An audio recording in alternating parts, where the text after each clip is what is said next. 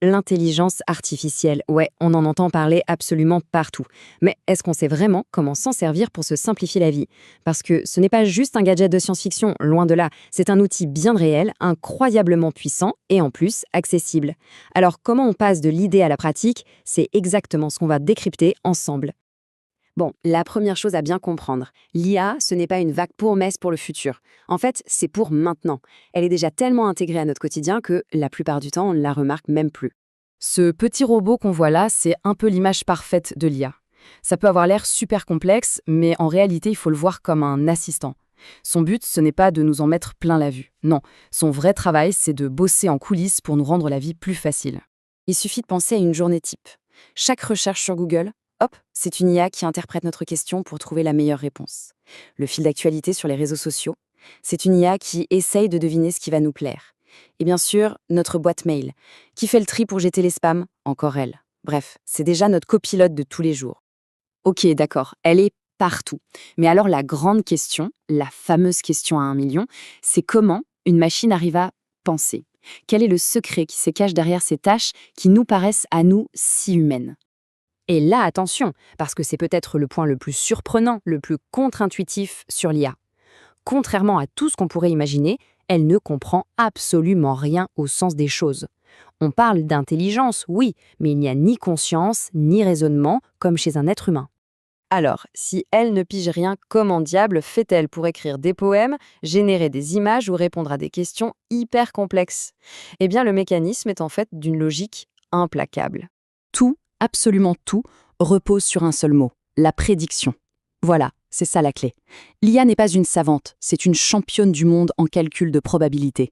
Elle a analysé des milliards de textes, d'images, et son seul et unique but, c'est de deviner quelle est la suite la plus logique. Quel mot vient après un autre? Quel pixel vient à côté d'un autre? L'exemple le plus simple, on l'a tous dans la poche, c'est le clavier de notre téléphone.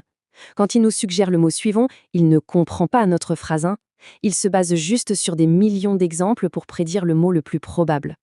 Eh bien, l'IA générative, c'est exactement le même principe, mais avec la puissance de calcul de millions de cerveaux. Bon, maintenant qu'on a un peu percé le secret de la machine, il est temps d'apprendre à lui parler. Parce que oui, bien communiquer avec une IA, c'est un véritable super pouvoir. Et la bonne nouvelle, c'est que ça s'apprend très très facilement. La clé pour obtenir des résultats incroyables avec l'IA, c'est la qualité de notre demande. C'est ce qu'on appelle le prompt. Pour faire simple, une bonne instruction donne une bonne réponse. Une instruction vague donnera une réponse, vague et souvent décevante. Alors, c'est quoi un bon prompt? C'est un peu comme une recette de cuisine en 4 ingrédients. Premièrement, la tâche. Il faut être ultra clair sur ce qu'on veut. Rédige un email. Ensuite, le contexte. On donne les informations de fond. C'est un email pour mon manager pour demander une augmentation. Troisièmement, le format. On spécifie la forme. La réponse doit être structurée en 3 paragraphes courts. Et enfin, les contraintes. On indique les limites. Le ton doit être professionnel mais amical et le texte ne doit pas dépasser 150 mots. Une fois qu'on maîtrise cet art du prompt, l'IA se transforme en un véritable assistant personnel surpuissant. Allez, voyons concrètement comment elle peut nous donner un coup de boost au quotidien. Une des fonctions les plus bluffantes, c'est le résumé. On peut lui donner un rapport de 20 pages et lui demander « Extrais-moi les 5 points essentiels de ce document ». C'est comme avoir un assistant qui lit à la vitesse de la lumière. Mais les possibilités sont quasi infinies. Un blocage sur une lettre de motivation, l'IA peut générer une première version pour nous décoincer.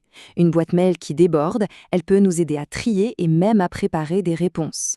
On doit préparer une présentation, elle peut nous aider à structurer nos idées et même à créer les visuels qui vont avec. Et pour tous ceux qui sont fâchés avec les chiffres, on peut lui donner un tableau de données un peu brut et lui demander « Transforme-moi ça en un graphique simple que tout le monde peut comprendre ». C'est un traducteur instantané entre des données brutes et une information claire. Et pour tous ceux qui trouvent les réunions interminables, il y a une solution. Certains outils peuvent carrément assister à une réunion, prendre des notes et à la fin, nous livrer un résumé parfait. Fini la corvée de prise de notes, on peut enfin se concentrer sur l'essentiel, la discussion. On le voit bien, le potentiel est immense. Et comme pour n'importe quel outil puissant, que ce soit une voiture ou un marteau, il faut apprendre à s'en servir intelligemment et avec quelques précautions. Voici donc quelques règles d'or à garder en tête. D'abord, et c'est le plus important, conserver son esprit critique. L'IA peut se tromper, il faut toujours vérifier les informations importantes. Ensuite, la voir comme un partenaire de réflexion, pas comme une source de vérité absolue. Et enfin, respecter le choix de chacun. Tout le monde n'est pas obligé de l'utiliser. Cette phrase résume tout à la perfection. L'IA doit renforcer l'autonomie des personnes, pas la remplacer. Le but n'est pas de devenir paresseux, mais de devenir plus performant, plus créatif, plus rapide. C'est un levier pour notre propre intelligence. Au final, l'intelligence artificielle n'est qu'un outil. Un outil révolutionnaire, c'est certain, mais un outil quand même. La vraie question, ce n'est donc pas de savoir ce que l'IA va faire de nous, mais plutôt qu'allons-nous faire avec elle pour devenir meilleurs.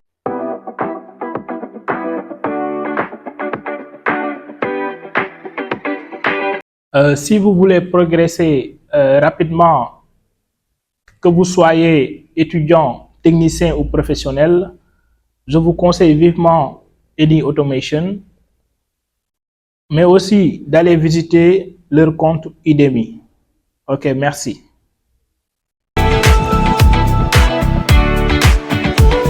Eni Automation. Ok, let's go.